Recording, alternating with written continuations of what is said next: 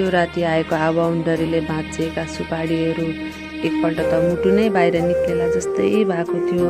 भगवान धन्न अलिकतिले घर भेटेन। घर नभए पनि घरलाई त केही गर्दैन थियो, किचन चाहिँ भेटेको थियो र उतापट्टि लडेको थियो। अनि फेरि ग्वाली पनि सबै जान्थ्यो। अरू त त्यस्तै हो, मकै लडेर कति तनाव छ नि। अब के गर्नु, रोएर हिँड्यो भने मान्छे हाँस्छन्, हाँसेर हिँड्नु परेको छ। यति मेहनत गरेर लगाएँ, कति मेहनत गरेर। भगवान यो मकै रोप्दाखेरि मलाई यस्तो ज्वरो आएर म सुतेको पनि थिएँ 2-3 दिन। अहिले अब फेरि ज्वरै आउने गरी बनाइदियो। के भन्नु अब, कसलाई दोष लाउनु। प्रकृतिको खेल आयो त हाम्रो मात्रै होइन, यता काकाहरूको पर दाजुहरूको सबै बर्बाद बनाइरहेछ। बर्बाद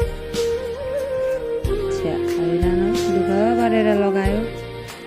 कति टेन्सन लाग्छ भने नि, पनि हाँस्नै परिरहेछ।